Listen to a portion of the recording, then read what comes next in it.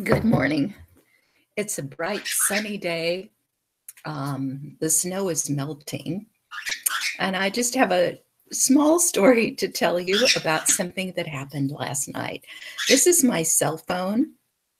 And unfortunately, it has taken to informing me of everything that happens on any one of my fan pages on Facebook. And so last night, as I was drifting off to sleep, there was, I don't know why, but it beeped. And I looked, and there was a Kipling fan on my Kipling fan page, and he wanted to know what a certain stanza of the gods of the Copybook Headings meant. And I have a very good reputation on that particular fan page because I respond almost immediately or within an hour. But it was, it was 11 at night, and I just didn't feel like going word by word and interpreting that poem. So when he asked me what it meant, at first I thought, well, I'll wait until tomorrow. But then I thought, wow, he needs to know right now what it means. So I wrote back that it means progressivism is as old as time, and it doesn't work. And now I will try to share this on something before I move on to talking about it some more. Oh, look, it looks really nice.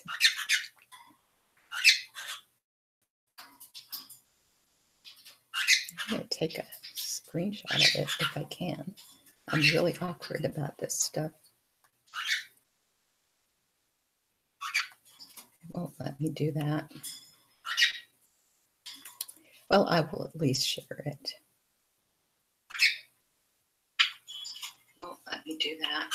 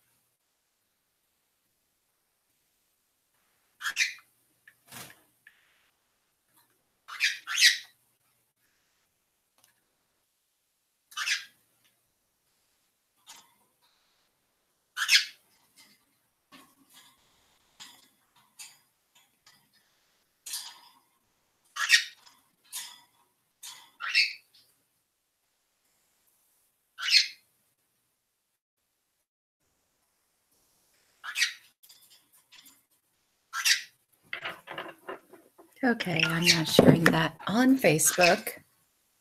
And I'll go ahead and read the poem for those people who are just coming in. The Gods of the Copybook Headings, 1919. As I pass through my incarnations, in every age and race, I make my proper prostrations to the gods of the marketplace. Peering through reverent fingers, I watch them flourish and fall. And the gods of the Copybook Headings, I notice, outlast them all. We were living in trees when they met us. They showed us, each in turn, that water would certainly wet us, as fire would certainly burn. But we found them lacking in uplift, vision, and breadth of mind. So we left them to teach the gorillas, while we followed the march of mankind.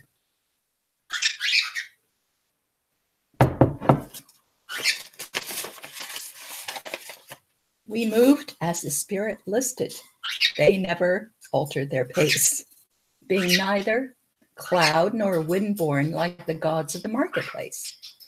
But they always caught up with our progress, and presently word would come that a tribe had been wiped off its ice field, or the lights had gone out in Rome. with the hopes that our world is built on. They were utterly out of touch. They denied that the moon was Stilton. They denied she was even Dutch. They denied that wishes were horses. They denied that a pig had wings. So we worship the gods of the market who promise these beautiful things. Interesting that the marketplace is deemed the place where progressive ideas are bought and sold. Think about that. When the Cambrian measures were forming, they promised perpetual peace. They swore if we gave them our weapons, that the wars of the tribes would cease. But when we disarmed, they sold us and delivered us bound to our foe. And the gods of the Copybook Headings said, stick to the devil, you know. On the first Femininian sandstones, we were promised the fuller life, which started by loving our neighbor and ended by loving his wife, till our women had no more children and the men lost reason and faith. And the gods of the Copybook Headings said, the wages of sin is death. In the Carboniferous epoch, we were promised abundance for all by robbing selected Peter to pay for collective Paul. But though we had plenty of money, there was nothing our money could buy. And the gods of the Copybook Headings said, if you don't work, you die. Then the gods of the market tumbled, and their smooth-tongued wizards withdrew, and the hearts of the meanest were humbled and began to believe it was true, that all is not gold that glitters, and 2 and 2 make 4, and the gods of the Copybook Headings limped up to explain it once more. As it will be in the future, it was at the birth of man. There are only 4 things certain since social progress began: that the dog returns to his vomit, and the sow returns to her mire, and the burnt fool's bandaged finger goes wobbling back to the fire. And that after this is accomplished and the brave new world begins, when all men are paid for existing and no man must pay for his sins, as surely as water will wet us, as surely as fire will burn, the gods of the Copybook Headings with terror and slaughter return. That's a really great poem. And yes, since time immemorial, that's how it's been. So now let's talk about people's idea that it's unfair for parents to make decisions for their children which are not the same decisions as they make. The idea that every child should have a level playing field to the point where no child is offered a different childhood from the childhood that is offered to that child by some other parent, that would be an attempt to make us all the same. And the collectivists tell us that this is a good thing, because once everybody has exactly the same opportunities from birth, then everybody will be the same. Well, first of all, do you really want everybody to be the same? It sounds as though those people are actually against diversity. And of course, diversity begins in the family. Different families believe different things. They bring up their children differently. And in fact, sometimes it's also a matter of birth order.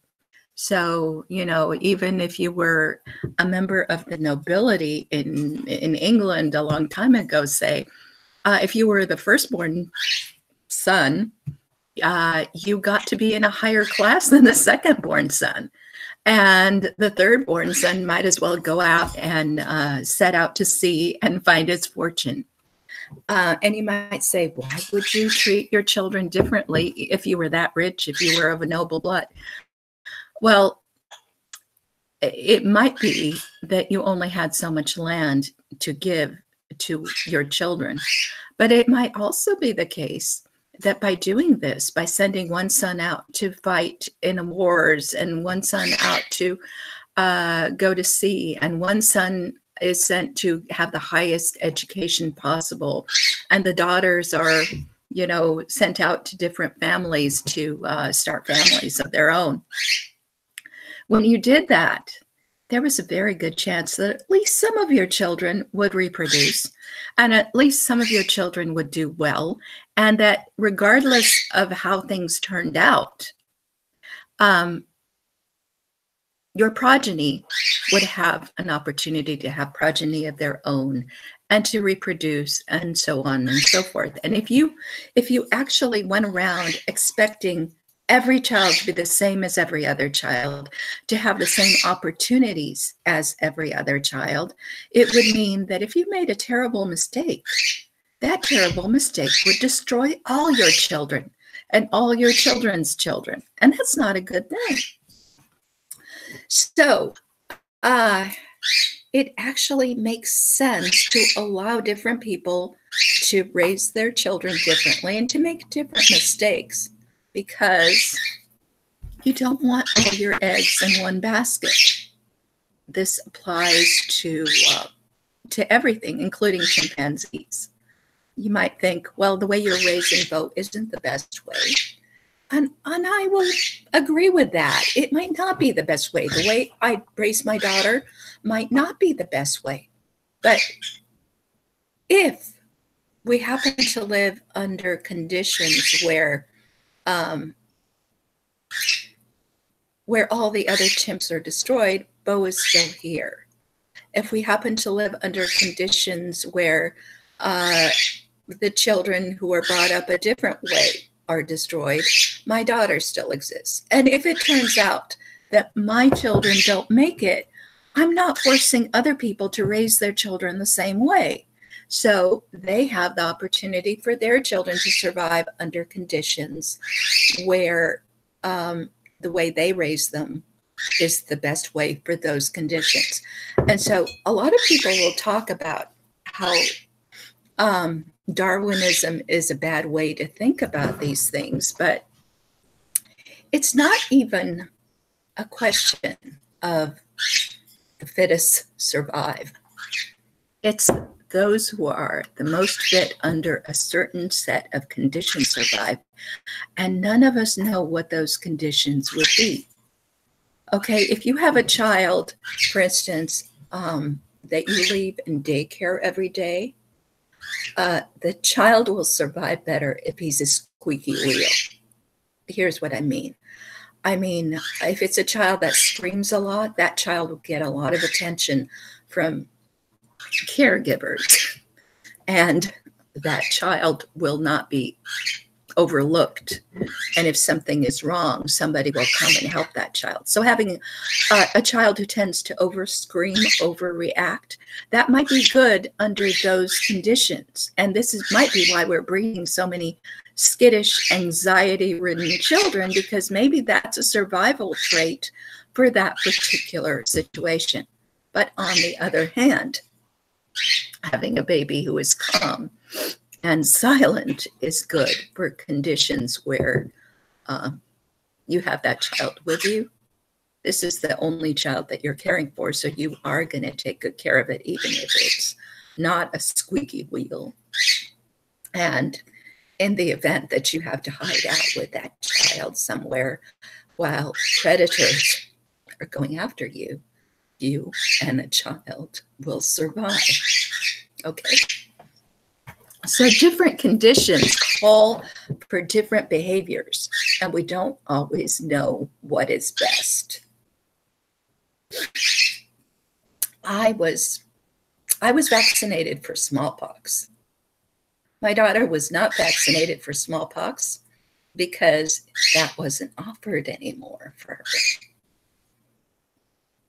I was not vaccinated against chickenpox.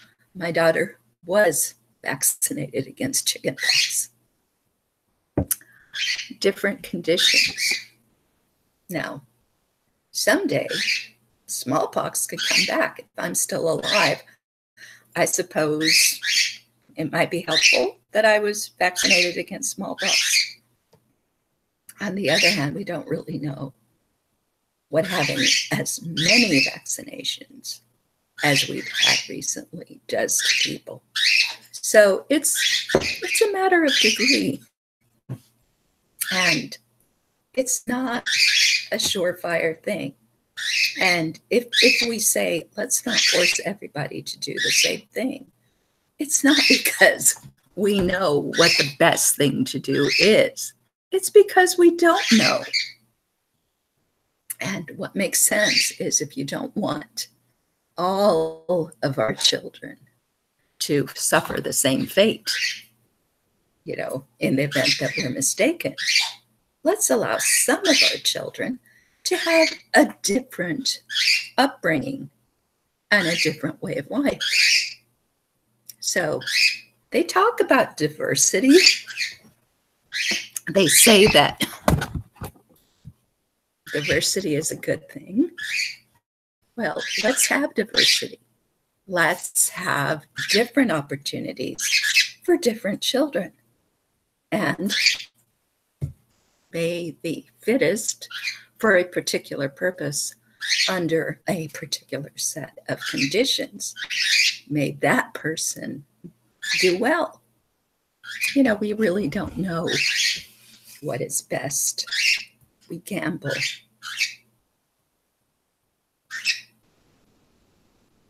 And, you know, that's what I have to say. Don't force your idea of what is best on somebody else. If you actually believe in diversity, then you understand that what is best for one person is not best for somebody else.